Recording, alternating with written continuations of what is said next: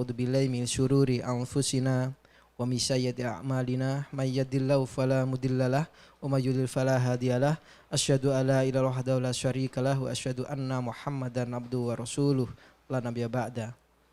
Alhamdulillah, marilah sama-sama kita memanjatkan rasa syukur yang begitu tinggi karena apa yang telah diberikan Allah pada kita adalah sebuah kenikmatan yang luar biasa. Kita telah banyak diberikan nikmat kesehatan, nikmat kecerdasan, dan yang tidak kalah penting adalah nikmat iman dan Islam. Salat dan salam semoga tetap terlimpahkan kepada uswah kita Nabi Muhammad SAW beserta para keluarga, sahabat dan pengikutnya yang tetap istiqomah di jalan dakwahnya. Alhamdulillah, pada pagi hari ini kita akan memulai lagi sebuah program dari dekanat yang luar biasa menurut kami, yaitu kajian AIK. Ini merupakan suatu hal yang sangat amat penting karena kita berada di institusi Islam, yaitu Universitas Muhammadiyah Malang. Semestinya sebagai seorang intelektual Islam, hal yang paling penting itu adalah ketika ilmu kita meningkat, ya, mestinya keimanan kita juga mengalami peningkatan. Itu mestinya. Kalau kemudian keilmuan atau keintelektualan kita itu meningkat, sedangkan keimanan kita tambah menurun, nah ini perlu dipertanyakan atau ada sesuatu yang tidak sesuai dengan jalurnya, begitu. Ya, terima kasih kepada Bapak Dr. Aris Winaya selaku dekan di FPP ini, kemudian Ustadz Fatoni yang berkenan hadir, kemudian Ibu Wadek 1, dan kita masih menunggu Bapak Ibu yang lainnya. Jadi perlu saya sampaikan bahwasanya program ini insya Allah akan dilakukan di semua prodi. Kebetulan sebelumnya sudah dilakukan kajian AIK ini, yaitu untuk struktural ya, di FPP, baik kemudian dekanat maupun kajur sekjur. Terus kemudian ini yang kedua, Ustadz Fatoni, ini yang kedua khusus untuk prodi agroteknologi dan prodi aquakultur. Insya Allah nanti 2 bulan lagi, sekitar bulan Agustus, itu untuk program studi yang selanjutnya sudah kita jadwal sebenarnya, cuman saya agak lupa. Kemudian setelah Agustus nanti 2 bulan lagi itu Oktober akan ada lagi dengan tema yang berbeda dan pemateri yang berbeda pula. Nah, semoga kajian ini bisa menambah ya wawasan kita dan terutama keimanan kita. Ya memang iman itu kadang naik kadang turun. Makanya sebenarnya sholat itu salah satu untuk mengecas ya, agar keimanan kita tetap stabil bahkan mengalami peningkatan. Tapi terkadang dengan sholat aja belum cukup untuk menstabilkan keimanan maupun meningkatkan keimanan kita. Sehingga perlu kajian-kajian ya yang bernuansa keislaman, dan ini adalah kajian AIK Al-Islam dan Kemuhammadiyahan. Nah, tema untuk hari ini adalah berkaitan dengan urgensi amanah dalam bekerja. Ya, kerja. Ya, untuk keberkahan acara pada hari ini, mari sama-sama kita membuka dengan bacaan basmalah. Bismillahirrahmanirrahim. Adapun acara selanjutnya nanti pertama akan disampaikan atau diantarkan oleh Bapak Dekan. Kemudian nanti yang kedua adalah pemberian materi, dan kemudian nanti ada diskusi. Insya Allah kita akan selesai maksimal jam 9.30 ya, jam 9.30 ya. Selanjutnya kami persilakan Bapak Dekan untuk memberikan pengantar. Izin Pak Ustadz. Bismillahirrahmanirrahim. Assalamualaikum warahmatullahi wabarakatuh. Alhamdulillahirabbil alamin, wassalatu wassalamu ala asrofil anbiya wal mursalin wa ala alihi wa ashabihi ajmain. Rabbi shrah li sadri wa yassir li amri wahlul 'uqdatam min lisani yafqahu qawli. Asyhadu an la ilaha illallah, asyhadu anna Muhammadar Rasulullah la nabiyya ba'dah. Amma ba'd. Bapak Ibu sekalian, wabil khusus Pak Ustadz Pak Tony, terima kasih atas kerawannya yang sudah meluangkan waktu. Jadi tadi sempat sampaikan juga kalau enggak yang undang FPP saya enggak, yang lain saya tinggalkan, terutama Pak Risa. Terima kasih ini ya Pak Ustadz. Kemudian Ibu Adik satu yang dalam hal ini sebagai yang membidangi ya, karena tupoksinya Wadek 1 sekarang ada ketambahan AIK ya, sehingga Bu Wadek 1 kemarin sempat diskusi ya dengan kita di dekanan, oke nggak apa-apa, itu memang dalam rangka pembinaan kan penting. Tetapi kan kita nggak ada ininya Pak Aris, nggak ada apa istilahnya RAB ini, nggak ada. Terus saya bilang dibuat aja at cost, nanti diberi KAK sama itu gitu ya. Mudah-mudahan nanti karena ini penting gitu, saya bilang gitu ya. Jadi sudah dibikin, mudah-mudahan disetujui gitu ya. Dan nanti bisa Pak Ustadz Fatoni yang menguatkan gitu ya. Artinya ini penting gitu. Kalau nggak ada dana ya masuk pengajian tok gitu ya. Pak, tetangga kita tuh malah dibekali besek-besek barang ya. Malah kadang ada hadiah umroh barang kan gitu ya, kalau mengikuti pengajian gitu kan. Nah ini di kita ini kok kering gitu ya. Maka kemarin sudah dibikin aja Bu ini, woi kakak ini dipasno nenggone apa? Ikune enggak ono Pak, gawean IKT kalau enggak ada ikunya, saya bilang gitu kan. Akhirnya dibikin IKT gitu ya. Ini turunan gitu ya. Indeks kinerja turunannya bukan IKU maupun ini ya. Jadi seperti itulah yang terjadi, sehingga mudah-mudahan nanti dengan niat kita yang seperti itu insya Allah lah akan dimudahkan urusan tentang apalagi urusan tadi ya. Bapak Ibu sekalian, memang ini salah satu program di bidang 1 untuk penguatan keislaman dan kemuhammadian ya. Memang ini sebenarnya bermula dari saya itu waktu saya sakit dulu, terus itu saya iseng-iseng sama buka, coba sih pantauan itu yang kalau bapak-bapak kan Jumatan, nah ibu-ibunya kan ada pengajian, ya wajib loh itu, saya bilang gitu ya. Ada enggak itu yang datang dari FPP? Ternyata setelah buka gabung, loh yang gabung tuh kalau nggak salah cuman 3 orang atau 4 ya Bu ini ya. 4 orang, padahal dosen wanita kita banyak. Termasuk yang muda-muda itu nggak ada yang muncul di pengajian siang itu. Itu sebenarnya bobotnya sama dengan bapak-bapak Jumatan. Kenapa itu diadakan pengajian itu? Karena bapak-bapak pada Jumatan. Nah Jumatan ini kan hukumnya wajib ya Pak Ustadz ya. Nah berarti kan harus setara dengan itu ibu-ibunya gitu loh dalam bayangan saya. Maka itu harusnya wajib juga pengajian yang Jumat dilakukan oleh ibu-ibu Aisyah itu cabang UMM.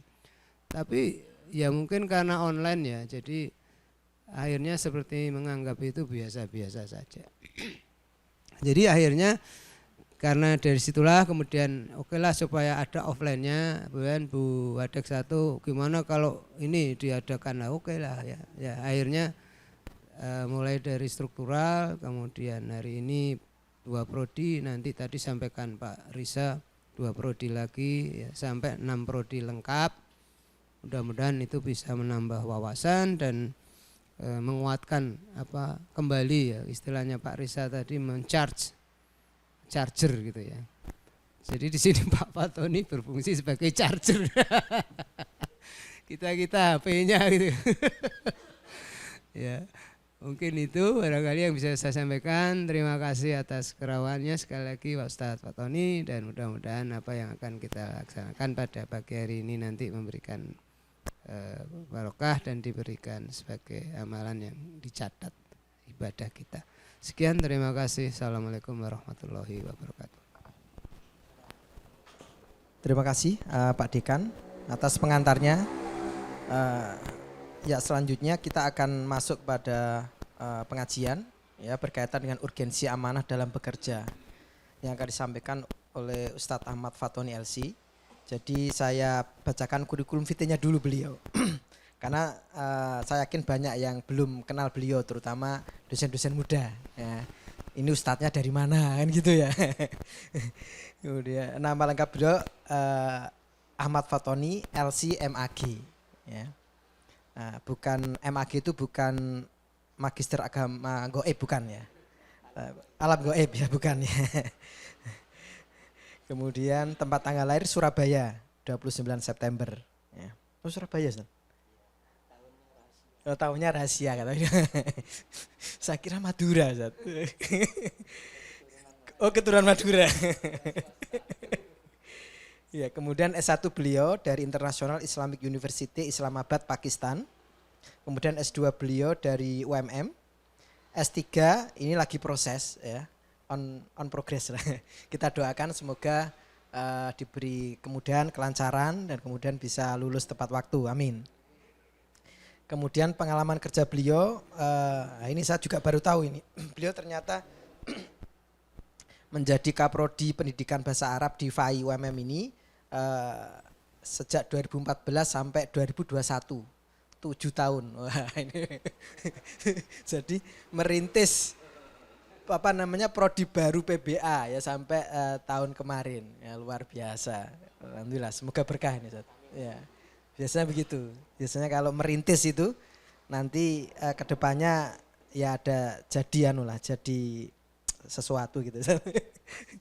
Kemudian pengalaman organisasi beliau sekarang pernah menjadi Ketua Majelis Tarjih dan Tajdid PDM Kabupaten Malang 2010 sampai 2015. Kemudian Wakil Ketua Majelis Tablik PDM Kabupaten Malang 2015 sampai sekarang 2022. Itu sekelas tentang beliau. Jadi benar apa yang dikatakan Pak Haris tadi, Pak Dekan tadi, bahwasanya ya kita ini sepertinya kering ya. Kita ketemu kajian seperti ini, dosen kemudian tendik gitu, itu seringkali hanya pas Ramadan. Setahun sekali ya, Darul Arkom atau tadarus ya, hanya itu saja. Padahal AIK itu kan sebenarnya bisa dikatakan ruhnya dari PTM ya, Pendidikan Tinggi Muhammadiyah. Mestinya begitu. Ini yang terkadang kita tidak sadari. Ya, kita habis waktu kita dihabiskan dengan ilmu-ilmu umum gitu kan. Tapi kemudian yang berkaitan dengan untuk ilmu akhirat lah Ustaz. Nah, itu masih jarang. Lah, semoga ini rutin ya, artinya mungkin bisa jadi nanti setahun tidak sekali, bisa jadi 2 kali gitu kan, 2 kali dan sebagainya. Seperti tadi yang dikatakan Pak Dekan berkaitan dengan kajian Aisyah ya, itu setiap Jumat seminggu sekali ya, tapi sayangnya masih sedikit yang ikut. Ya. Nah, nanti semoga ini bisa bergema ke yang lain. Ya, berkaitan dengan amanah ini menarik sebenarnya. Amanah ini ada yang mengatakan di dalam Al-Quran itu ada sekitar 19 kata amanah dalam Al-Quran. Tapi saya tidak tahu apakah amanah ini berasal dari bahasa Arab atau bukan. Karena yang menarik kalau saya lihat dari Pancasila itu setelah 7 kata yang dinamakan Piagam Jakarta itu dicoret, sebenarnya ada kata-kata yang luar biasa yang itu diserap dari bahasa Arab. Ya, di antaranya seperti kata adil, itu bahasa Arab. Kemudian kata adab, ya, adil dan beradab itu bahasa Arab. Kemudian kata hikmah, ya, itu juga bahasa Arab. Kemudian kata permusyawaratan, musyawarah itu bahasa Arab. Nah, amanah ini apakah diadopsi dari sana atau memang dari asli bahasa Indonesia, nanti bisa dijelaskan oleh Ustadz Fatoni. Ya, saya kira itu pengantar dari saya Ustadz. Saya persilahkan nanti kita kasih waktu insya Allah sampai jam 9 ya, nanti setengah jamnya kita akan dialog ya. Jadi santai aja Bapak Ibu ya, nanti kalau tegang banget malah repot nanti ya.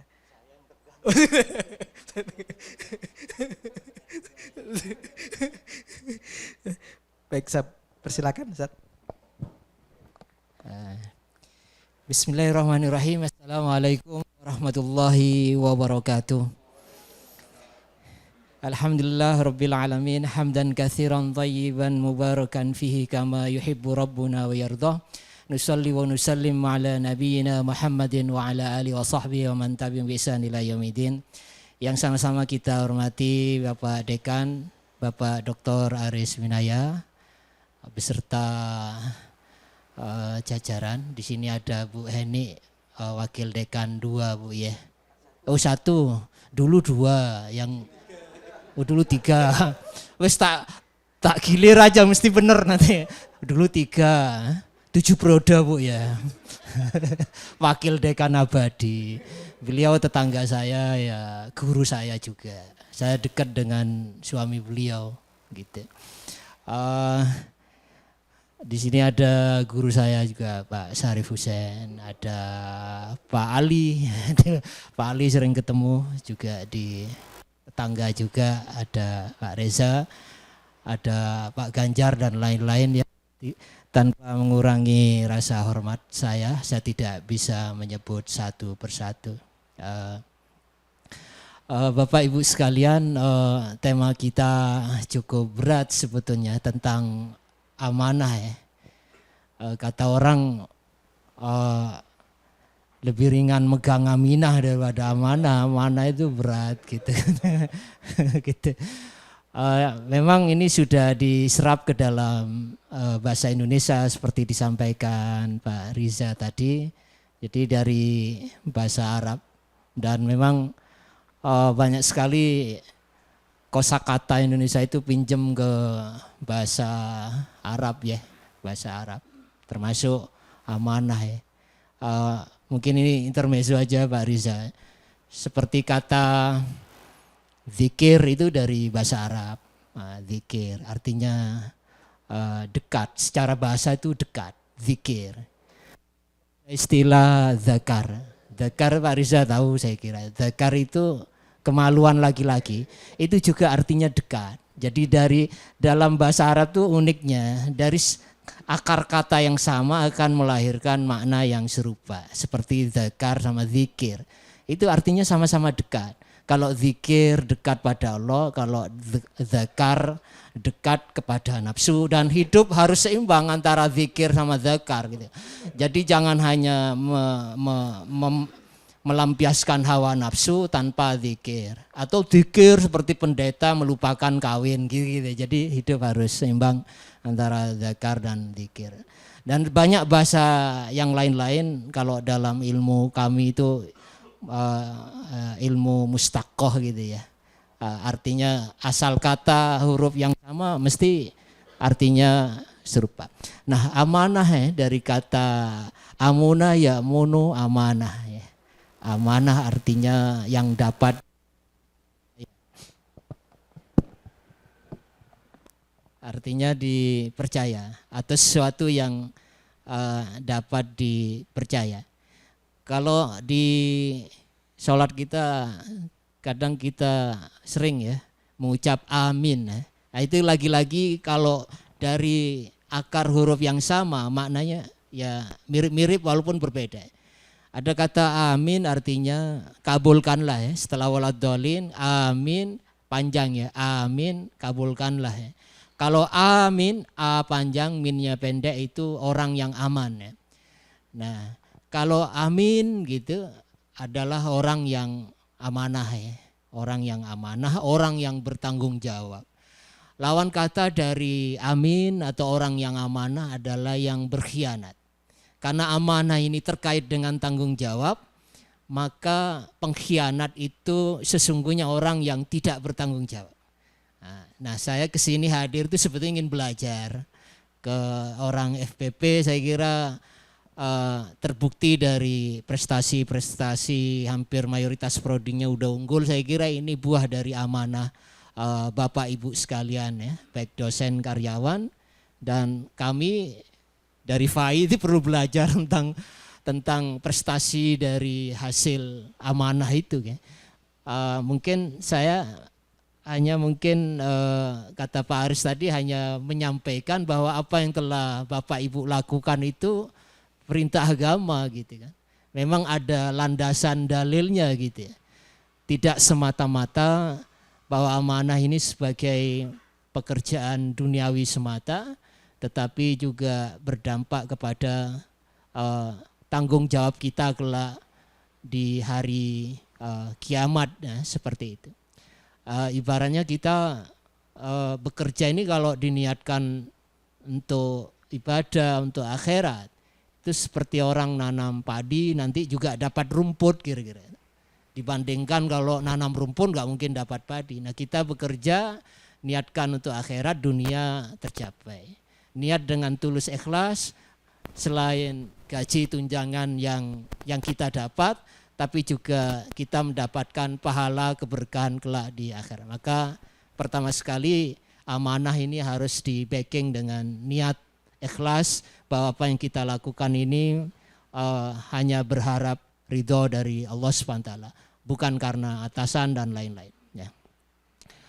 Itu tema ini cukup berat bagi saya karena nyari staf pegawai yang amanah ini tidak mudah ya, tidak mudah karena itu kembali kepada kesadaran kita masing-masing, tidak tergantung fakultas apa, prodi apa, itu kembali kepada masing-masing orang.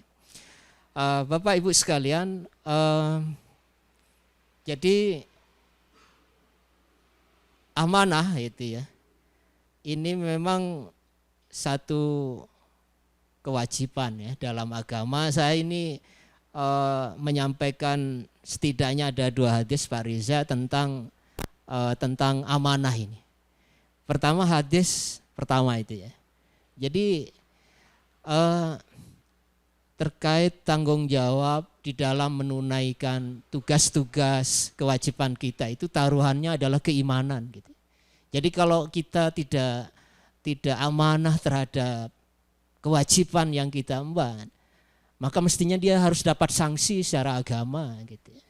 Ya setidaknya kelak di akhirat akan dimintai pertanggungjawaban. Kamu amanah apa enggak? Kira-kira seperti itu. Jadi taruhannya keimanan. Pokoknya orang yang enggak bertanggung jawab berarti imannya dipertanyakan seperti itu. Tapi yang bertanggung jawab terhadap tugas-tugas dan kewajiban yang dipikulkan oleh lembaga dan dia bertanggung jawab, maka sesungguhnya kata Ustadz Riza tadi itu imannya naik itu, meningkat itu. Jadi bertanggung jawab terhadap amanah itu enggak harus paham dalil gitu. Pokoknya itu yang dilakukan berarti dia telah menaikkan tingkat derajat keimanannya seperti itu. Tapi kalau lalai terhadap amanah yang dipikulkan oleh lembaga terhadap kita, maka sesungguhnya keimanannya itu sedang drop ya, perlu dicas ulang gitu kan. Kemudian hadis yang kedua ini cukup populer kan, kullukum ra'in wa kullukum mas'ulun an ra'iyati. Bahwa masing-masing kita ini ya pemimpin gitu kan. Baik dalam skop yang kecil hingga skala yang lebih luas, mulai dari memimpin diri sendiri ya, karena nanti ada bentuk-bentuk amanah itu, amanah terhadap diri sendiri. Baik dalam skala yang lebih luas sampai menjadi sebuah pemimpin sebuah negara misalnya. Semuanya itu akan dipertanyakan. Mulai dari keluarga, di prodi, di fakultas, semuanya akan ditanya. Sampai seorang istri pun dia sebagai manajer dalam rumah tangga juga akan dimintai pertanggungjawaban. Seberapa amanah dia menjaga harta suaminya, seberapa amanah dia mendidik anak-anaknya. Karena bagaimanapun anak misalnya di rumah tangga itu kan amanah, titipan. Sehingga ketika anak itu diambil balik oleh Allah, misalnya dimatikan, ya kita kan sebagai orang yang dititipi amanah, ya kembalikan saja. Saya kira Pak Syarif Hussein penuh kesabaran saat itu, ya kita belajar ke orang-orang seperti itu. Karena anak pun itu amanah gitu. Bukan prestasi orang tua, bukan banyakan anak gitu. Tapi bagaimana amanah ini dididik hingga tumbuh menjadi generasi yang soleh-solehah seperti. Tapi suatu saat mungkin oleh Allah diambil, ya kembalikan amanah itu. Oh, bukan milik kita, milik Allah, tapi dititipkan melalui suami atau istri, seperti itu. Jadi kita semua adalah pemimpin dan kelak akan dimintai semua itu. Ya terutama kalau dulu saya sebagai kaprodi, maka pemimpin itu harus menjadi cermin keteladanan gitu ya di mata yang lain-lain ya, seperti itu. Terutama pemimpin-pemimpin itu dalam skala yang berdampak masif, maka itu tentu lebih besar tanggung jawabnya. Tapi kalau pemimpin itu bertanggung jawab mana, maka tingkatan surganya tentu lebih istimewa daripada rakyat biasa. Nah, seperti itu, karena ada resiko yang begitu besar. Kalau dia bertanggung jawab atas kepemimpinan yang besar itu, maka ya surganya juga lebih tinggi. Saya teringat Imam Ahmad Ibn Hanbal misalnya.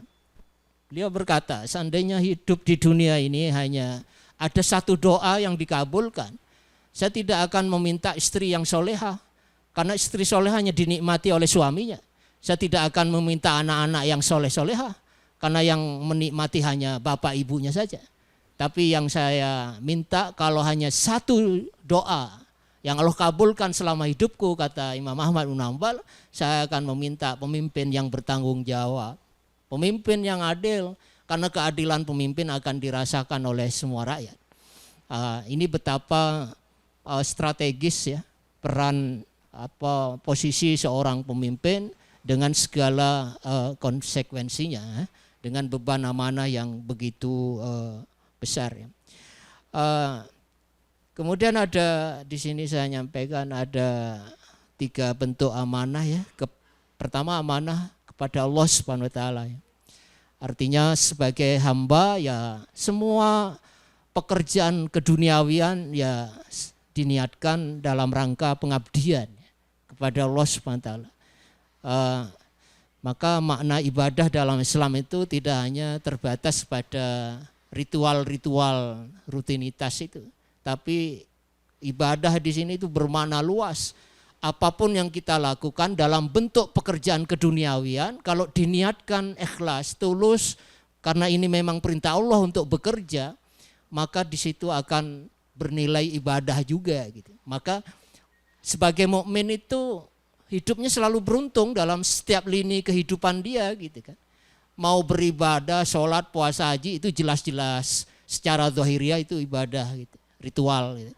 Tapi yang kecil-kecil kita bertanggung jawab atas tugas-tugas yang dipikulkan oleh lembaga, kita tunaikan dengan penuh profesional dan kredibilitas gitu ya.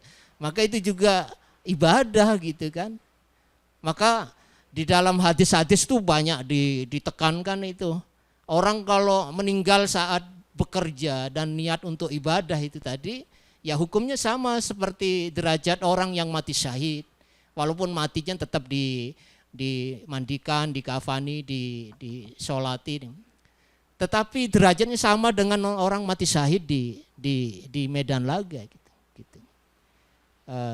Kalau niat kerjanya itu bukan karena atasan, bukan karena semata-mata mengharap gaji dan tunjangan gitu. Tapi ini loh tugas saya, ini amanah saya, maka saya harus memenuhi target-target yang memang sudah ada cuklaknya, ada SOP-nya gitu. Nah, itulah bentuk orang yang bekerja dalam rangka ibadah seperti itu. Toh kalau dia mati dalam proses pekerjaannya syahid gitu ya. Ada dosen killer misalnya terus diserempet mahasiswanya gitu kan di kampus, tapi dia niat ngajar dengan ikhlas, ya dia syahid gitu ya. gitu. Ada dulu berita itu seorang guru dilempar penghapus sama muridnya, mati. Ya itu syahid. Jadi sebetulnya bagi kita itu banyak peluang-peluang untuk mati syahid gitu. Bu Eni itu berpeluang besar itu untuk mati syahid di kampus ini ya. Saya dengar waduh Bu Eni itu, tapi mahasiswa mana yang enggak yang sungkan melihat haibah dan wibawa yang penuh karisma. Tapi kan sebaik-baiknya orang mesti ada yang benci kan. Sejahat-jahatnya orang mesti ada yang suka kan. Preman tuh jahat tapi ada temennya juga yang suka, seperti itu. Tapi semua itu kita lakukan dalam rangka ibadah sehingga mengandung pahala di sisi Allah Subhanahu wa taala. Itu walaupun wujudnya pekerjaan dunia, tetapi itu dampaknya ke akhirat kita. Maka orang yang enggak amanah, enggak bertanggung jawab itu memang layak dapat sanksi lah di akhirat, seperti itu. Itu semuanya dalam rangka pengabdian. Wa ma khalaqtul jinna wal insa illa liya'budun. Jadi kita diciptakan itu dalam rangka pengabdian, dalam rangka yang luas, baik secara ritual maupun sosial, seperti itu. Ada pertanyaan begini ya misalnya. Kan ayat itu disebutkan, tidaklah aku ciptakan manusia kecuali untuk menyembah kepadaku. Seolah-olah Tuhan itu mentang-mentang ya, mentang-mentang mencipta lalu hambanya dipaksa untuk menyembah, beribadah kepadanya. Sebetulnya tafsirannya tidak seperti itu. Artinya Allah itu kan maha pencipta, tentu maha tahu atas makhluk ciptaannya itu apa yang terbaik yang harus dia lakukan. Yaitu dengan cara mengabdi gitu kepada Allah gitu. Jadi bukan berarti Allah itu mentang-mentang mencipta lalu minta disembah, disujud, enggak juga. Tapi tafsirannya Allah itu maha tahu apa yang terbaik dilakukan hambanya, yaitu mengabdi kepada Allah. Artinya dalam bentuk kebaikan-kebaikan, ketaatan-ketaatan, baik secara ritual maupun sosial. Nah, seperti itu. Itu makna. Jadi Allah itu enggak akan turun pamornya gara-gara seluruh makhluknya bermaksiat, dan Tuhan juga enggak akan bangga dengan sujud hambanya, enggak berubah, enggak bergeser, semuanya kembali kepada hamba itu. Termasuk ketika kita bertanggung jawab terhadap tugas-tugas amanah yang kita emban, gitu. Itu bukan untuk lembaga semata, itu larinya juga ke diri kita sendiri, gitu. Jadi kalau kita amanah berarti kan gajinya barokah, gitu. Tapi lihat orang kalau kerjanya enggak amanah, asal-asalan, dia akan nanggung ketidakberkahan gitu. Jadi kalau kita Bapak Ibu sekalian, kalau bicara rizki itu jangan kemudian dikunci dalam makna gaji bulanan. Itu kecil gitu kan. Rizki itu luas, bisa berupa materi, bisa non materi. Keharmonisan kita di rumah tangga itu insya Allah itu buah dari amanah kita gitu. Sehingga gaji yang kita bawa itu dipastikan halalan thayyibah gitu kan.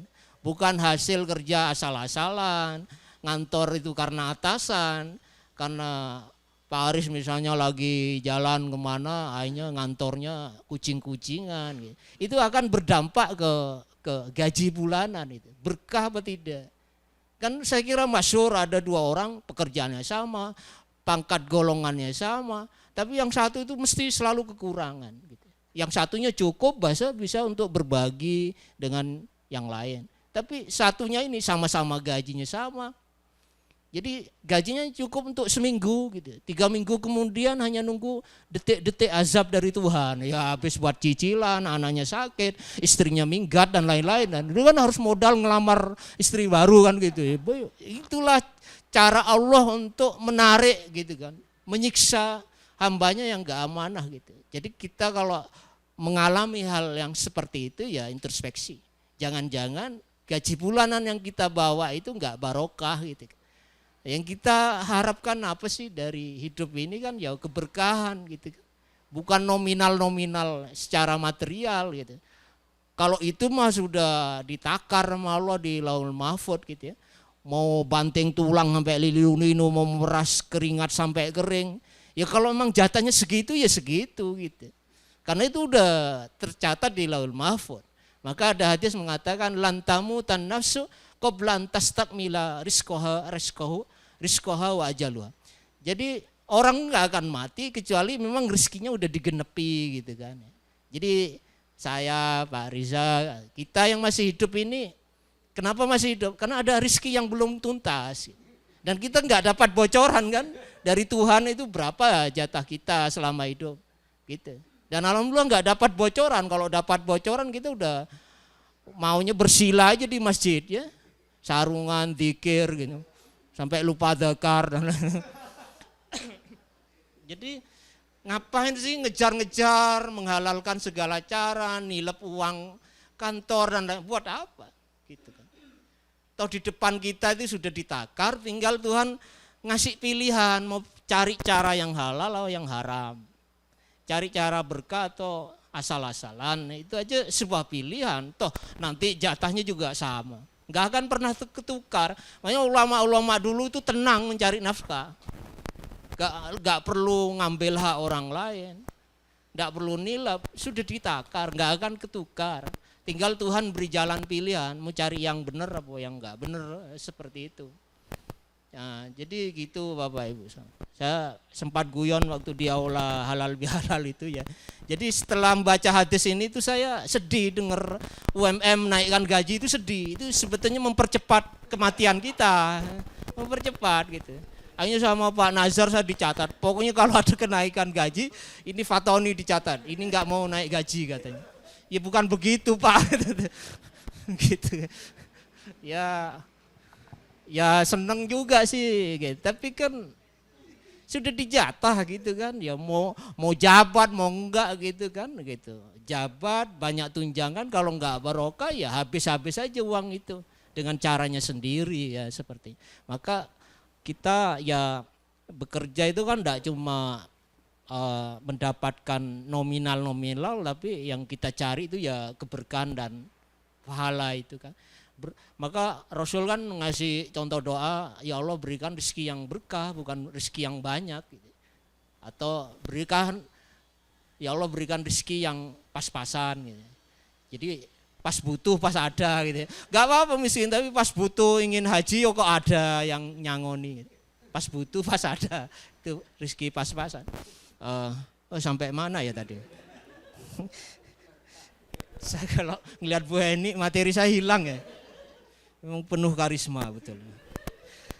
Pokoknya bentuk yang kedua itu amanah kepada sesama manusia. Innallaha apa itu enggak kelihatan itu.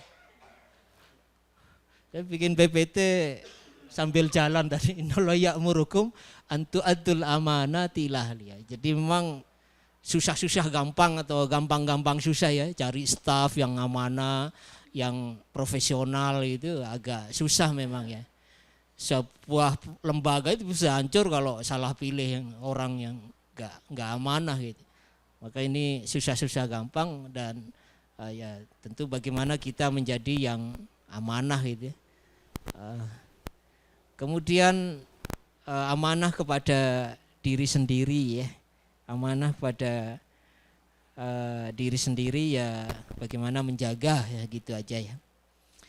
Nah contoh amanah dalam keseharian kita ya menjaga titipan dan mengembalikannya seperti keadaan semula. Jadi kalau dititipi barang ya dikembalikan. Nah, itu dalam bentuk amanah kita. Ya, termasuk kalau punya fasilitas dari kampus lah gitu ya gunakan sesuai SOP gitu. Jangan misalnya mobil dinas untuk belanja kulaan sayur misalnya. Karena nanti ketika mengembalikan itu kan berubah itu. Bannya menipis, kalau motor knalpotnya keropos gitu. Padahal itu kendaraan dinas gitu kan. Nah, itu sebetulnya masuk dalam bab korupsi gitu kan gitu. Misalnya pinjam staples kantor buat jualan kacang di rumah itu termasuk korupsi sebetulnya. Wong di hadis itu loh cuman sebiji jarum itu ya korupsi gitu kan. Ya kelak akan dimintai pertanggungjawaban ya gitu. Ya ngeprint untuk kepentingan orang keluarga ya. Itu kalau saya berani ngomong gini ya saya ya berusaha lah berhati-hati. anak saya ada pekerjaan ini nggak punya printer, lebih baik di rental itu. Saya nyari keberkahan tadi, nyari keberkahan.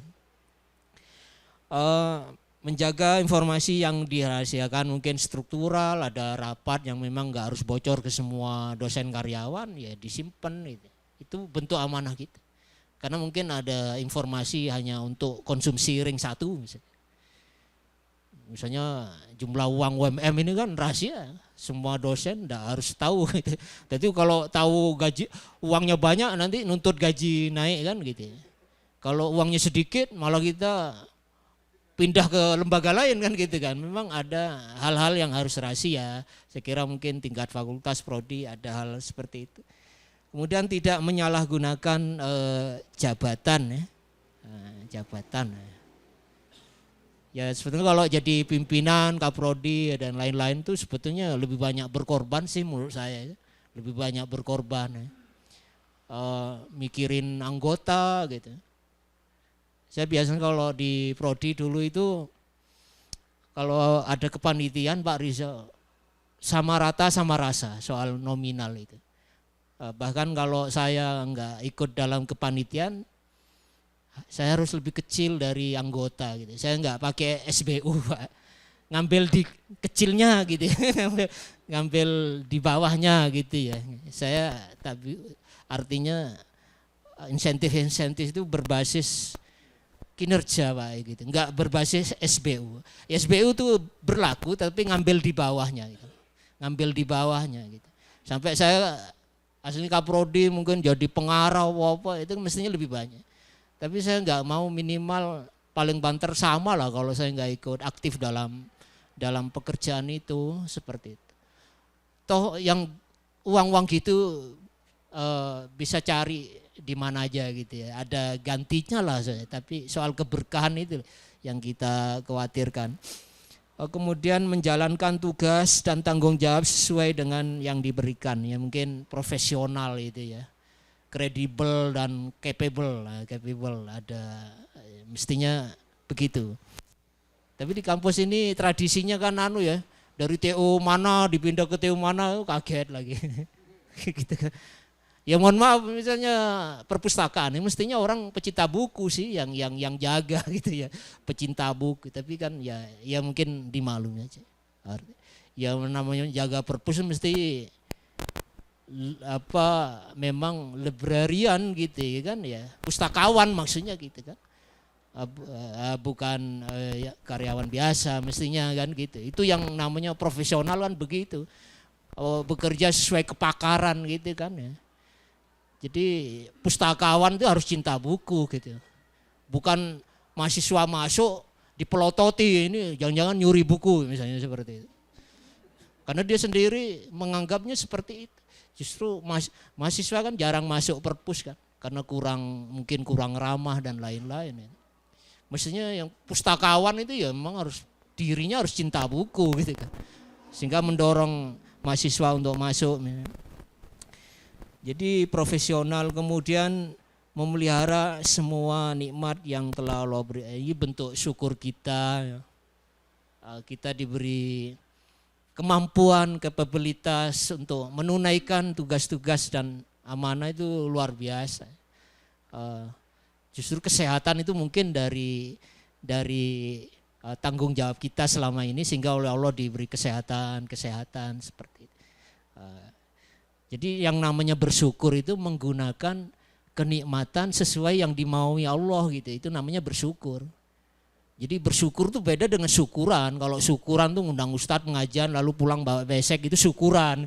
Tapi bersyukur itu menggunakan nikmat-nikmat yang ada ini seperti yang dimaui Allah. Yang dimaui Allah apa ya? Dalam ukuran sosial ya dikasih amanah ya lakukan. Bahkan mungkin bekerja tidak melampaui jam kerja gitu kan.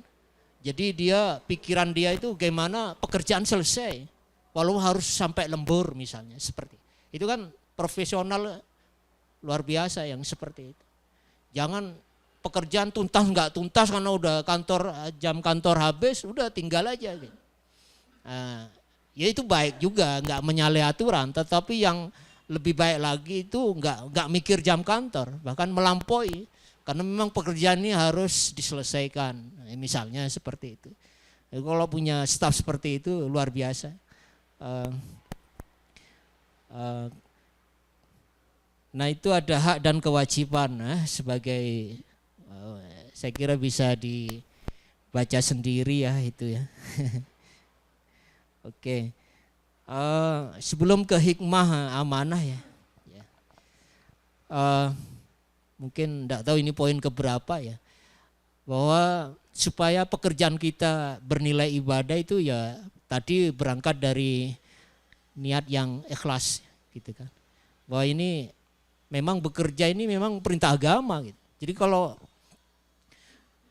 tidak ada alasan syar'i lalu enggak bekerja, nganggur gitu dosa. Memang harus bekerja gitu. Agama Islam itu bukan agama peminta-minta gitu. Tapi banyak dalil yang menguatkan justru memberi itu lebih mulia. Tangan di atas lebih mulia dari tangan di bawah gitu. Dan Islam adalah agama yang mendorong umatnya untuk bekerja keras begitu. Menjadi orang yang mandiri, bahkan bisa berbagi dengan sesama. Islam sangat mencela orang yang suka minta-minta, bahkan menjadi beban bagi orang lain. Nah, itu bukan tradisi semangat ajaran Islam gitu.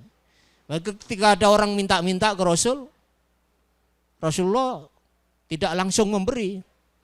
Tapi Rasulullah tanya, kamu punya apa di rumah? Oh saya punya mangkok kecil gitu sama alas untuk duduk.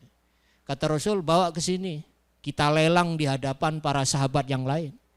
Lalu laku 10 real. Oleh Rasulullah, coba yang 5 real kamu beli kapak gitu ya untuk nantinya cari kayu bakar ke hutan, 5 real buat nafkah keluarga. Lalu dibawa oleh Rasulullah, dibikinkan gagang kapaknya itu, dan jangan temui saya kecuali setelah 2 minggu gitu ya. Setelah 2 minggu jual kayu bakar, dia dapat sekian dirham gitu. Jadi berlipat-lipat dari menjual kayu bakar gitu. Ya itulah cara Rasul ya. Jadi kalau ada orang minta-minta itu enggak marah, enggak apa, tapi diberi motivasi untuk bekerja, gitu. Kita itu kadang dimintai sumbangan itu kadang udah enggak ngasih fatwa lagi. Wah kamu nanti terhina di padang mahsyar gitu. Sudah enggak usah gitulah, semua orang tahu gitu. Wah, orang peminta-minta nanti itu terhina, nista. Badannya bolong-bolong di padang mahsyar misalnya seperti itu. Udah enggak ngasih uang, dimarah-marah, keluar ayat, keluar hadis, itu menyakitkan gitu. Sehingga nanti trauma dengan Quran hadis gitu. Jadi ya Rasulullah itu loh. Beliau enggak marah, tapi dikasih nasihat, cari jalan keluar. Sehingga orang itu mandiri. Dan bekerja itu dalam Islam saya sampaikan tadi itu sama seperti jihad tadi. Jadi ada orang yang ketika kerja itu niatnya untuk memberi nafkah kepada orang tuanya yang sudah tua. Maka itu sama dengan orang di jalan sabilillah gitu ya, jihad bisa. Kalau niatnya untuk membiayai anak-anaknya yang masih kecil itu juga seperti jihad fisabilillah. Kalau masih jomblo misalnya untuk dirinya sendiri, ada yang masih jomblo ya sini. Oh iya. Ada enggak ada ya? Ada ya, oh mudah-mudahan cepat ketemu jodoh ya. Saya pernah mengusulkan ke persyarikatan itu panti jomponya udah banyak itu. Kenapa enggak bangun panti jompo gitu kan? Karena panti jomblo. Karena ini juga tak kalah menderitanya kan. Karena lahir batin kan. Persyarikatan belum punya itu, panti jomblo itu kan. Itu perlu ditampung juga. Jadi kalau masih jomblo untuk niat menafkahi diri itu juga sama dengan jihad. Asalkan niatnya karena Allah gitu. Tapi karena kalau mengharap pujian dari atasan, maka kata Rasul itu sesungguhnya dia sedang bekerja di jalan setan. Seperti itu. Jadi seharusnya niat aja gitu pokoknya. Bahkan di surah Al-Muzammil ayat 20 itu juga disebutkan bahwa orang bekerja itu setara dengan orang yang jihad berperang di jalan Allah. Jadi luar biasa terhormat ya kita, alhamdulillah dapat pekerjaan yang halalan, thayyiban dari kampus sini gitu kan. Berapa banyak di luar sana masih cari-cari pekerjaan. Maka yang ada ini ya alhamdulillah ala kulli hal ya. Dimanapun posisi kita, apapun peran dan jabatan kita, ya itulah yang patut kita syukuri gitu. Kita kerjakan dengan sepenuh hati, ikhlas tulus karena Allah Subhanahu wa taala. Nah, insya Allah nanti bulanannya itu barokah ya. Saya kira di UMM secara umum udah paham betul tentang itu ya. Memang jadi dosen itu, kalau saya Pak Riza itu jadi dosen itu ya nggak kaya amat, tapi cukup lah gitu kan. Ya pas ya, iya pas butuh, pas ada gitu kan. Sama dengan apa ungkapan gini, berapa istrinya? Satu di Malang, satu di Nganjuk, satu di Blitar. Itu banyak berarti. Seperti itu. Jadi itu ikhlas, kemudian tidak melalaikan kewajiban kita pada Allah Subhanahu wa taala. Ya, kalau di sini ada Pak Amir ya Pak ya. Pak Amir itu luar biasa itu. Saya kalah itu. Sergapnya sama Pak Amir itu kalah. Pak Amir udah di shock pertama itu saya masih pura-pura ngetik gitu kan. Itu kalah ternyata. Jadi nggak ngelihat fainya itu kalau soal itu. Itu persoalan kesadaran secara vertikal lah gitu ya. Atau Pak Amir sudah ada firasat gitu. Nah itu kan masalah usia kan misteri kan. Kadang muda itu mati duluan. Saya dengan Pak Amir nggak jauh-jauh beda kan usianya. Nah. Mana Pak Amir? Saya lebih berani kalau ada Pak Amir, karena nggak ada takut gibah ya. Tapi beliau luar biasa. Sampai meninggalkan yang lain-lain itu Pak ya. Meninggalkan dulu ngerokok juga kan, sekarang berhenti, luar biasa Pak Amir. Bisa gitu. Jadi kerja ikhlas, kerja profesional, kerja tidak melalaikan kewajiban kita pada Allah gitu, maka pekerjaan kita itu akan dinilai ibadah ya, berpahala di sisi Allah SWT. Kemudian hikmah orang yang amanah ya akan dipercaya ya. Akan dipercaya ya. Ya termasuk dosen itu, saya kira taruhan dosen itu ya di mata mahasiswa ya. Kalau dosen sudah enggak amanah ngajarnya gitu. Saya kira hilang gitu identitas kedosenannya gitu. Saya kira marwah haibah seorang dosen itu ya di depan mahasiswa. Kalau kita kurang amanah dalam mengajarnya gitu kan ya, sering kurang disiplin, saya kira di mata mahasiswa itu nggak ada harganya itu ya, seperti itu dosen seperti itu. Ya karyawan ya tentu dalam pelayanannya itu ya akan dipercaya gitu, akan selalu dikenang ya. Saya dulu jadi dosen lah saya kira. Saya ke mahasiswa itu saya anggap kawan gitu. Saya anggap kawan. Toh mereka itu sebentar udah lulus, di luar jadi orang. Saya kira mahasiswa Bu Heni itu sudah ada yang profesor mungkin Bu ya. Coba seandainya dulu kita itu angker kereng ke mahasiswa gitu. Kita malu sendiri gitu. Malu sendiri. Ya tentu tegas itu penting gitu kan. Karena niat kita itu kan edukasi gitu kan. Tapi kalau killer tanpa ada alasan itu kan akan dicatat oleh mahasiswa gitu. Dan saya ke mahasiswa itu ya menggembirakan, termasuk dalam soal kepintaran dan lain-lain. Ya saya menganggap mahasiswa itu dalam perspektif saya seperti dulu yang juga nakal gitu kan, namanya mahasiswa gitu. Ya saya nggak terlalu marah, ya sudah memaklumi. Toh saya juga seperti mereka dulu, seperti. Jadi saya nggak melihat mahasiswa ketika nguji skripsi pun itu, saya tidak melihat dia dalam perspektif saya yang sudah jadi dosen dan yang sudah lebih meningkatlah dari mahasiswa gitu. Tapi saya melihat dari perspektif mahasiswa, sehingga saya lebih toleran terhadap mahasiswa. Kemudian mendapatkan simpati semua pihak, baik kawan maupun lawan ya. Ya tadi saya nyampaikan, sebaik-baik kita mesti ada orang yang nggak suka gitu. Ya kita meminimalisir lah, kita nggak akan tenang dalam sekantor ada duri dalam daging atau musuh dalam selimut misalnya. Gitu. Biarlah musuh dalam selimut itu di rumah gitu. Ya pasangan hidup kita masing-masing itu kan lawan selimut dalam apa gitu. Tapi kalau di kantor Bapak Ibu sekalian, saya pribadi menjaga betul gitu. Saya lebih baik ngalah gitu ya daripada saya nggak fokus bekerja karena ada kawan yang mungkin kurang enak memboikot, nggak tegur sapa ya. Termasuk terhadap karyawan, staff itu saya anggap sama lah ya, sama seperti itu. Bahkan saya itu jarang nyuruh karyawan Pak Sarif ya. Jadi saya punya karyawan di prodi gitu kan. Selama saya bisa melakukan sendiri, saya lakukan sendiri.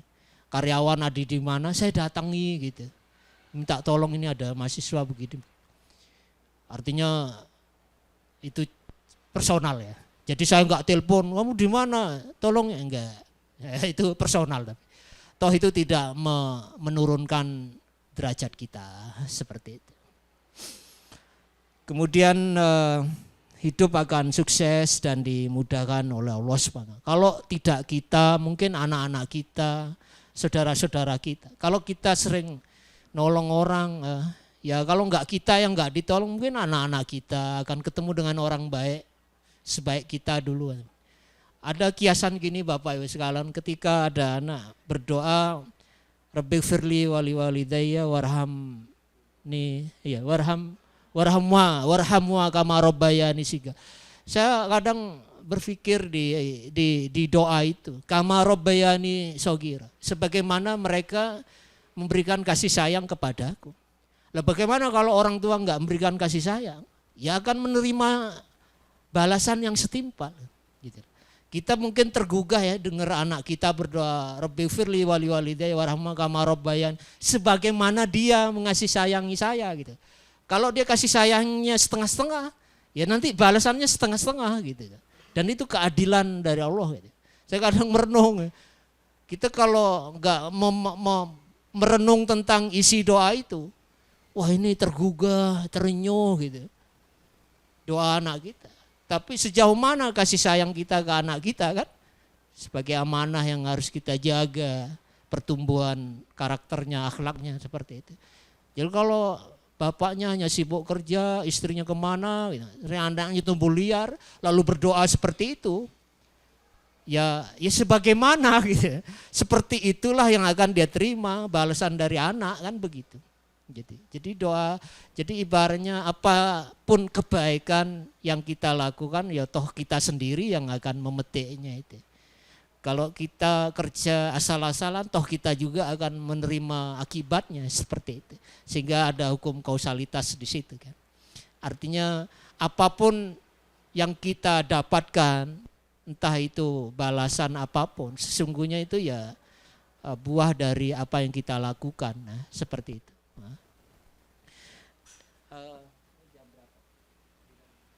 Oh ya, saya kira kita dialog aja, mungkin ada tambahan Mbak ya, ada tambahan.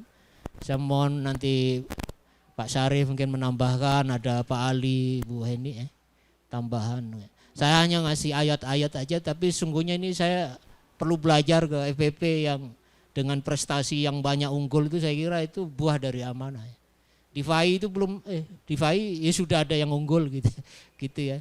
Tapi kami hanya mempertegas bahwa apa yang telah Bapak Ibu lakukan itu ya sudah on the track gitu ya. Insya Allah tidak hanya rezeki di dunia yang berlimpah, tapi juga pahala yang barokah insya Allah ya. Saya kira itu Pak Riza. Selanjutnya mungkin ada tambahan dari Bapak Ibu sekalian. Syukran Ustadz Ahmad Fatoni. Ini kaitannya dengan kecukupan. Kalau sudah dicukupkan kemudian kita dimatikan gitu kasarnya begitu ya. Nah, Ini ada suatu cerita menarik. Dulu waktu S3 itu ada salah satu dosen sering dapat proyek, Pak. Proyek penelitian gitu ya, dan proyeknya besar-besar. Kemudian beliau itu tadi mencoba merenung tentang bahwa sesuai dengan kecukupan maka kita akan itu berarti dimatikan. Akhirnya beliau malah nggak bikin proposal. Padahal dia jago bikin proposal. Alasannya itu tadi, nanti kalau sering bikin proposal saya ditambahi rezekinya kan lama-lama cukup saya mati gitu. Nah ini gimana ini menurut Pak Fatoni? Terima kasih. Oh, saya kira itu kurang tepat Pak Aris ya. Jadi rezeki itu adalah yang kita nikmati Bapak Ibu sekalian ya. Kita misalnya punya tabungan deposit sekian miliar ya. Saya ngasih contoh miliar ya biar semangat ya. Jadi kalau ngasih contoh 300.000 itu enggak males ngomongin gitu. Sekian miliar ya. Lalu dia mati, berarti yang ditabungan bukan rezeki dia gitu.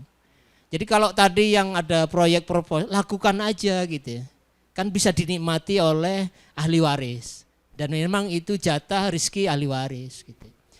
Jadi seberapapun yang kita dapat itu belum tentu rezeki kita. Rezeki kita itu kalau kata Rasul, apa yang kita makan jadi kotoran, yang kita pakai jadi usang, dan yang kita sedekahkan itulah rezeki yang sesungguhnya. Bagi yang hidup itu. Nah, payahnya lagi nih ya, payahnya lagi ya.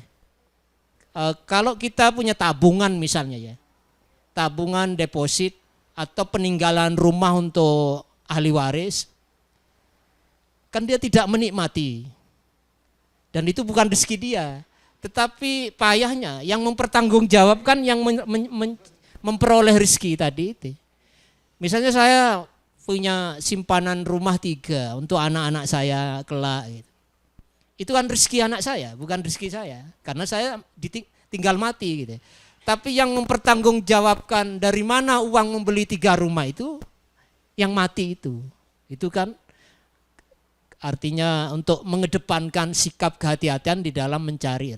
Jadi bukan misalnya saya takut cepat mati gitu, lalu nggak bikin proyek penelitian, itu nggak gitu. Karena rezeki itu yang kita nikmati gitu kan.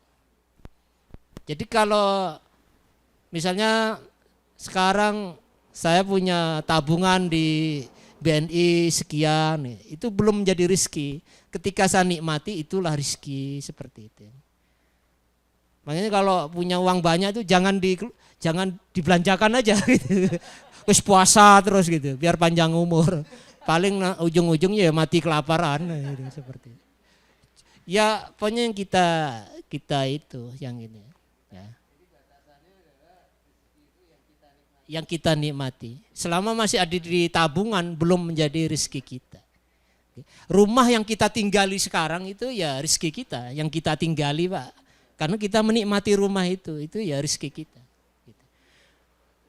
Tetapi ketika ditinggal mati kan sudah pindah ke ahli waris, tetapi siapa yang bertanggungjawabkan di hadapan Tuhan? Ya dulu yang mati itu. Itu beratnya Pak ya. Nah, makanya tentang haram itu tidak hanya zat rumahnya itu najis atau tidak najis, tetapi dari mana uang untuk membeli rumah itu. Nah, uang. Gitu Pak Aris. Nah, jadi yang namanya Islam itu ya harus terus kerja Pak. Tidak ada istilah berhenti, pokoknya terus bekerja. Ya seberapa hasilnya itu ya kita merasa cukup, itulah qanaah. Saya ingin meluruskan qanaah di sini bahwa qanaah itu merasa cukup dengan rezeki yang ada sekarang. Itu qanaah. Tapi jangan kemudian setelah itu diam, sudahlah gitu. Itu namanya pasrah dengan nasib. Itu bukan doktrin Islam. Qanaah itu yang ada itu disyukuri, dinikmati. Tetapi terus bekerja keras, berdoa untuk mendapatkan yang lebih baik. Itu namanya qanaah, itu begitu. Jadi ada kelanjutannya qanaah. Jangan pasrah dengan nasib, itu namanya orang putus asa. Jadi qanaah itu merasa cukup dengan yang ada, disyukuri, yang ada, tapi terus kerja keras sambil berdoa untuk mendapatkan yang lebih baik yang ada dari sekarang. Itu qanaah, seperti itu. Ya untuk mendidik kita jadi qanaah, kalau dalam hal harta jangan melihat ke atas terus. Nanti kakinya terperosok ke got gitu kan. Karena ngelihat ke atas kan. Gitu. Jadi yang orang kalau nggak qanaah dia nggak akan pernah merasa kaya. Gitu. Hidupnya nggak akan pernah tenang, hidupnya nggak nyenyak, makan nggak selera, karena dia selalu kurang-kurang. Jadi kata Rasulullah, orang yang kaya itu ada 3. Yang pertama, merasa aman di tempat dia tinggal sekarang. Jadi kalau di rumah itu nggak ada kemalingan, nggak ada perampokan, perumahan itu damai, itu unsur pertama orang itu kaya. Yang kedua itu memiliki kendaraan yang layak ya, bukan yang mewah, yang layak untuk dia lah gitu ya, yang layak gitu. Kemudian merasa cukup, berarti dia, yang ketiga itu ada yang dimakan untuk hari itu. Jadi pertama merasa aman di tempat tinggal sekarang, nggak ada perampokan, nggak ada pencurian, rumah tangga itu sakinah mawaddah warahmah ya. Kemudian punya kendaraan yang layak ya. Termasuk juga punya rumah yang luas, kata Rasul ya, rumah yang luas. Bukan ukuran. Ya. Kadang ada yang tipe apa itu RSSS rumah apa itu, rumah sempit sekali, selonjor saja susah. Itu sumpek hidup ini. Gimana mau ngerjain tugas, mencari inspirasi kalau rumahnya terlalu sempit ya. Kendaraan yang layak itu yang pantas lah gitu. Jangan punya motor ban bakarnya campur ya. Campur dorong maksudnya. Dan merasa qanaah. Jadi sekali lagi merasa qanaah itu mensyukuri yang ada gitu.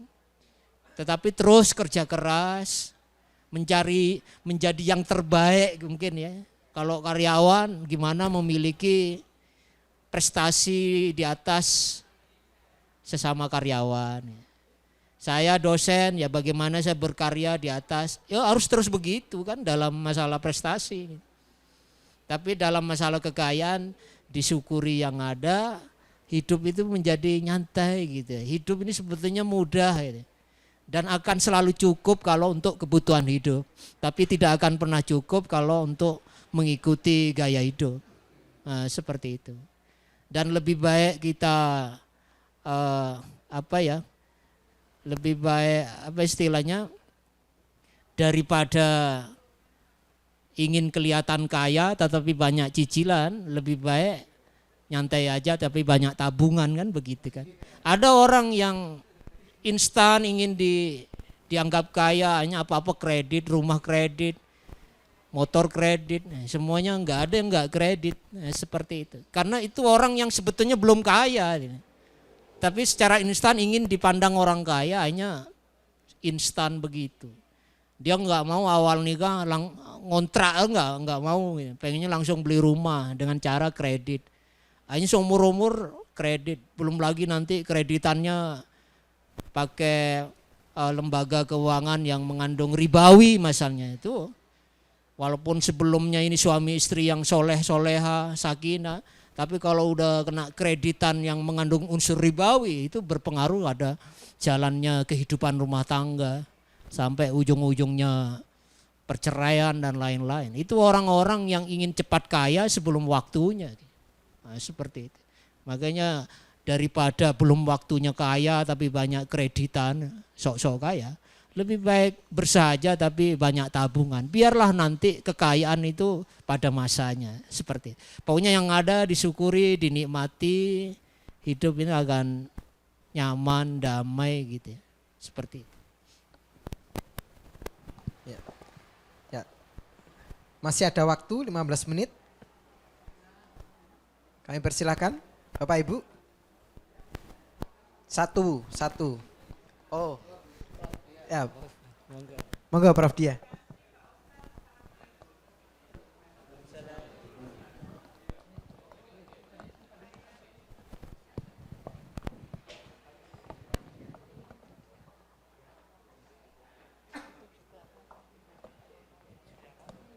Ya, terima kasih Pak Ustadz. Assalamualaikum warahmatullahi wabarakatuh. Berkenaan dengan yang oleh Pak Is, kemudian jawaban Pak Ustadz, ini juga termasuk doa saya Pak Ustadz. Ya, saya merasa bahwa sudah zona aman begitu ya. Akhirnya doa saya itu selalu yang untuk setelah di sana begitu ya. Akhirnya itu memang saya bersyukur di situ, tapi saya doa saya yang untuk yang di sana begitu, untuk yang setelah itu. Akhirnya berimbas ke proposal saya yang los. Apakah itu juga hukuman Allah ya Pak Ustadz? Ya. Ya, terima kasih. Oke, betul Prof. Jadi kalau kita niat untuk setelah kehidupan yang fana ini, yang dunia ini ngikut gitu Bu ya. Tapi kalau hanya untuk popularitas, kekayaan di dunia, ya dapatnya dunia saja nanti. Sehingga nanti biasanya ciri-cirinya cenderung menghalalkan segala cara, memak-up ini, bukan hasil karya sendiri dan lain-lain. Tapi karena niat akhirat kita hanya mengedepankan kehati-hatian gitu, sesuai dengan ketentuan yang ada seperti itu. Jadi ibaratnya tadi saya nyampaikan, orang kalau nanam padi insya Allah ya dapat padi, dapat rumput. Tapi kalau nanam rumput jangan bermimpi dapat padi ya. Ibarat orang kalau dalam pepatah orang Jawa ya, beli sapi ya mesti dengan talinya Bu ya. Saya belum pernah nemu ada orang jualan tali bonus sapi gitu. Jadi kalau beli sapi mesti dapat tali. Kan enggak mungkin beli sapi terus enggak ada talinya, terus suruh pulang mengikuti Google Map gitu kan enggak mungkin. Mesti beli sapi dapat tali juga, tapi beli tali belum tentu dapat sapi dalam kapal. Kalau niat akhirat, dunia ya kato. Tapi kalau hanya untuk dunia, untuk popularitas, ingin dipuji atasan dan lain-lain, ya udah. Iya, balasannya ya sudah dapat, dia sudah dapat pujian gitu.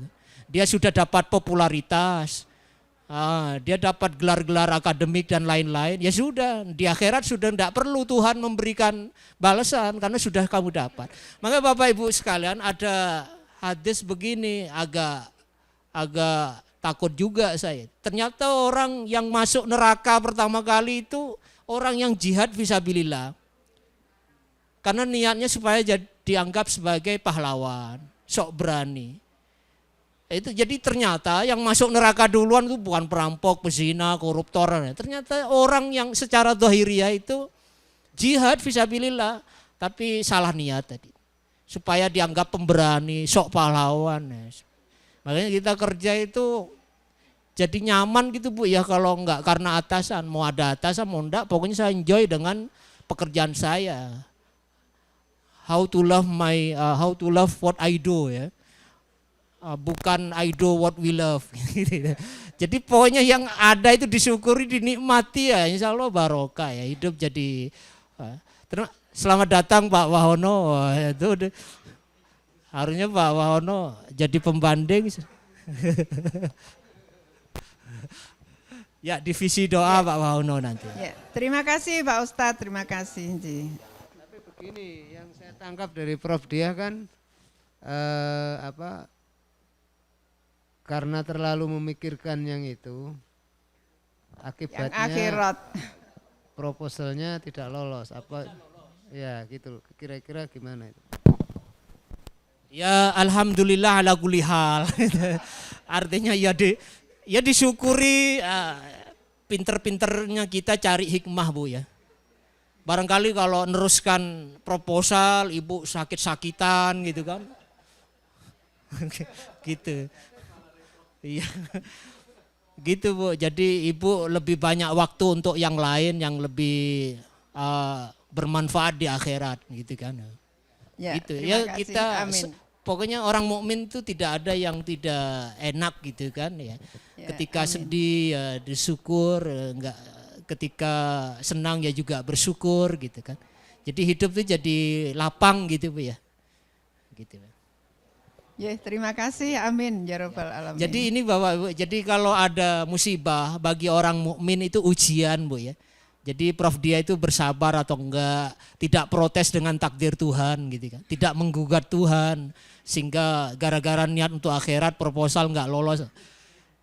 Itu namanya ujian bagi orang mukmin. Tapi bagi orang kafir itu azab. Tapi saya yakin kan Bu dia ini orang soleh gitu kan ya. Berarti itu ujian.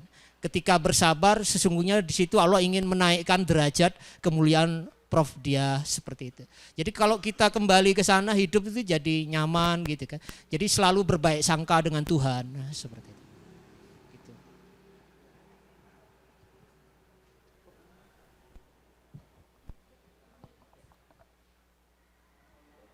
Ada lagi Bapak Ibu? Masih ada 8 menit cukup ya? Baik, saya kira kita di penghujung acara ini, alhamdulillah Ustadz Ahmad Fatoni sudah memberikan materi yang luar biasa, ya, singkat tapi padat, ya, dan insya Allah mengena ya pada kita semua berkaitan dengan amanah dalam pekerjaan ini. Ada bentuk amanah yang tadi menurut saya luar biasa, yang mestinya kita sebagai seorang Muslim tentu harus menjalankannya. Yaitu pertama amanah kita terhadap Allah, yaitu benar-benar amat sangat penting ya. Terkadang kita ini yaitu sering lupa tadi itu ya, kebanyakan mikir dunia tapi lupa akhirat ya. Kemudian yang kedua amanah kita sebagai dengan sesama Muslim. Nah, ini juga perlu kita tunaikan dengan baik. Artinya setiap apa yang diberi tugas oleh kita, entah itu kita sebagai seorang dosen ataupun tendi, maka perlu kita jalankan semampu kita, semaksimal kita yang kita mampu lah, semaksimal yang kita mampu. Kalau masalah hasil itu nanti urusan serahkan pada Allah, tapi bagaimana kita berusaha menjalankan amanah itu sebaik-baiknya. Kemudian yang terakhir bentuk amanah kita terhadap diri sendiri. Ya, diri sendiri mungkin juga kita dikasih Allah nikmat yang seperti ini, ya harus kita syukuri. Kita dikasih kesehatan ya dengan lengkap semuanya organ tubuh kita, itu ya perlu kita syukuri. Jangan kemudian kita pergunakan yang tidak selayaknya, artinya bisa mencelakai diri kita sendiri. Ya saya kira itu Ustadz Ahmad Fatoni dan Pak Dekan dari kajian kita pagi hari ini. Ya insya Allah untuk bulan Agustus akan kita lanjutkan untuk 2 prodi berikutnya, dan kemudian bulan Oktober juga 2 prodi berikutnya. Ya semoga tahun-tahun ke depan itu juga terus akan ada seperti ini. Jadi tidak hanya pada bulan Ramadan saja ya, tapi kajian AIK ini saya kira penting sekali. Ya, jadi kita ini ketika bekerja itu kalau kemudian mendapat kajian AIK seperti ini, insya Allah itu enak gitu. Tadi yang disampaikan oleh Ustadz Fatoni. Ya, jadi yang penting itulah niat ya. Niat kita dalam bekerja, insya Allah kalau niatnya memang ikhlas mencari ridho Allah, maka itu bernilai ibadah. Meskipun tidak sholat 5 waktu, tapi kita menjalankan amanah yang sudah yang sudah diberikan pada kita. Tapi kita niatkan dengan ikhlas. Kemudian dikerjakan secara profesional. Itu yang juga penting sekali. Baik Bapak Ibu sekalian, mari sama-sama kita tutup kajian kita kali ini dengan sama-sama membaca hamdalah. Alhamdulillahalamin. Oh ya, terakhir kita berdoa semoga apa yang kita lakukan kajian ini bisa mendapat keberkahan dari Allah SWT. Silakan Ustaz. Doa apa Bu Heni? Mungkin ada request. Baik, kita berdoa untuk keberkahan kita dan keluarga kita. Mudah-mudahan FPP terus maju, berjaya dan maslahat untuk masyarakat. Alhamdulillahirabbil alamin, hamdan yuafi ni'amahu wa yukafi mazida, ya rabbana lakal hamdu kama yanbaghi li jalali wajhika wa 'azimi sultanik. Allahumma inna nas'aluka ilman nafi'a wa rizqan thayyiban wa 'amalan mutaqabbala. Rabbana dzalamna anfusana wa illam taghfir lana wa tarhamna lanakunanna minal khasirin. Rabbana hab lana min azwajina wa dhurriyyatina qurrata a'yun waj'alna lil muttaqina imama. Rabbana atina fid dunya hasanah fil akhirati hasanah wa qina adzabannar. Subhana rabbika rabbil izzati amma yasifun wa salamun alal mursalin walhamdulillahi rabbil alamin. Sebelum saya tutup saya ngasih pantun biar enggak kalah sama Pak Rizal. Kalau ada sumur di ladang bolehlah saya numpang mandi. Kalau ada umur panjang bolehlah saya numpang mandi lagi ya. Assalamualaikum warahmatullahi wabarakatuh. Terima kasih Ustadz. Dari saya kurang lebihnya mohon maaf. Kita insya Allah akan berjumpa lagi di kajian Naika berikutnya. Assalamualaikum warahmatullahi wabarakatuh.